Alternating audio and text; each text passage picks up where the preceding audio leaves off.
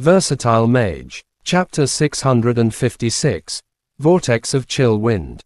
The flower had eaten at least 300 undead. It had completely trapped the undead between its petals, which wriggled continuously as it digested them. The position of the giant flower was exactly the place that was crawling with zombies that Zhao Feng had just mentioned. It was likely that there were quite a number of warrior-level undead among the 300 that were eaten. One after another, star constellations were drawn. Hanji did not use super spells. His speed at constructing star constellations was simply too quick. The eerily glowing green seeds continued to appear between his fingers, which he flicked at the wall of zombies ahead. Not long afterwards, another giant flower blossomed among the stacks of zombies. Every time a flower sprouted, it would eat at least a few hundred zombies straight away. Some even ate over 300 zombies with a single bite. The flowers kept the zombies inside the petals regardless of their numbers. Forward. Another giant flower blossomed as Hanji flicked his finger. Mo Fan and the others were already in an area filled with the giant flowers. He only realized how big the flowers were when he stood close to them. Their size was comparable to the flesh mound corpse officials. It was likely that the flower could even eat an entire flesh mound corpse official. Once the flowers ate something, they would remain tightly closed. The flower would simply wilt away before the petals opened up again. Meanwhile, everything that they had eaten would be turned into a pile of lifeless corpses, dead just like the wilted flower. It was Mo Fan's first time seeing the advanced spell of the plant element. Even the thickest wall of zombies stood no chance when Hanji could simply produce the flowers just by flicking his fingers. His fire rate was the same as Mo Fan tossing his basic spells around. The ocean of zombies was clearly becoming less dense than it was before. When the path was cleared, the Imperial magicians in the square formation immediately pushed forward. A chill wind as terrifying as the sharp claws of some devils swept at the magicians. The wind grew icier as they advanced forward. It felt like their souls were going to be shredded into pieces by the ghastly wind. The howls of the wind sounded like devilish cries. They could tell that they were very close to the dark abyss. Even the undead were too scared to come any closer to the area. There were actually fewer undead after they broke through the wall of zombies. The wind raft drifted forward. They could finally see the horrifying dark abyss, a great chasm that suddenly sank along the ground. It was the source of the ghostly wind that was icy enough to shred human souls. "We can't go any further. The vortex is going to drag us all into it," reported Zhao Feng. The closer they were to the dark abyss, the stronger the wind pulled them in. Their current distance was the limit of the advanced magicians. If they were to go any further, they would need a greater force to overcome the pulling force of the vortex.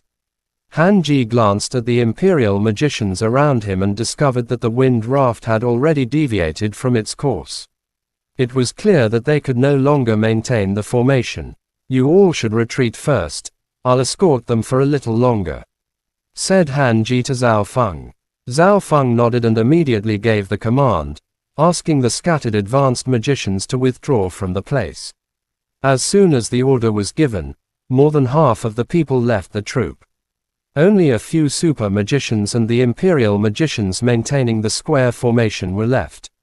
As they proceeded another 400 meters forward, the strength of the wind totally surpassed their expectations. Not only was the wind whipping their souls, it was also pulling them in with a strong might. No wonder there was no sign of undead around. Most of them were already dragged into the dark abyss by the vortex. "This is the furthest I can escort you. Shit, I can't pull back. I'll lend you a hand." Du Xiao's green eye was also having trouble moving as it wished. It quickly grabbed the super magician who was being dragged toward the dark abyss. Du Xiao was in a pinch too. He immediately backed off after securing the man. "You all should leave too," Hanji said to the rest of the super magicians. "President, how about you? I'll stay a little longer." Hanji had already put on his armor. The dark, golden scales were fully wrapped around his figure. He looked remarkably mighty now, instead of his previous hoary appearance. Han Ji looked at the group of 4, who were perfectly fine, and smiled in relief. The wind isn't doing anything to you. It seems like the entrance to hell does welcome the descendants of the ancient king. I hope that you'll be safe after jumping into the abyss. Zhang Xiaohou, Fang Gu, and Su Xiaoluo exchanged glances with one another. The wind that even super magicians had trouble dealing with had no effect on them at all. Fang Gu and Su Xiaoluo were fine because they had come from the villages. Zhang Xiaohou had once stood on the edge of the dark abyss. If the wind did not pull him into the dark abyss before, he was surely going to be fine this time, too. Meanwhile, Mo Fan could actually feel the threat the wind was posing to him. The others simply felt like a breeze was sweeping at him, but Mo Fan could actually sense the devilish wind swiping its claws at him.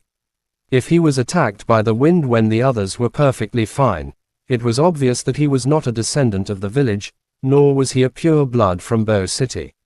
When Mo Fan was deciding to withdraw from the place, he suddenly felt a layer of vague light coming out from the little loach pendant and wrapping around him. It appeared that he was the only one that could see the light. It looked like a shrunken nether river flowing around him in the same way as the basic spell water barrier. The energy nullified the force of the chill wind, guaranteeing his safety. Either way, it was all thanks to Little Loach, who had managed to use the nether river that had been refined from the underground holy spring to protect him, the unauthentic descendant. Otherwise, the wind would have torn him to pieces by now. This is the farthest I can go. Han Ji was the only one left in the area. He was only willing to leave after making sure that Salon would no longer be able to do any harm to them. The fate of this half-ruined city is in your hands. Han Ji did not say anything else. They all knew the situation that the city was in. No further words were needed to clarify.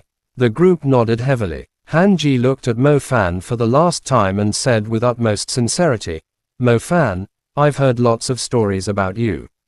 I'm only hoping that you can bring us more miracles. That's all I'm asking for." "Well, how should I put it? It all depends on fate," replied Mo Fan in a helpless yet unconventional manner. Chapter end. Please guys like, comment, share, and subscribe.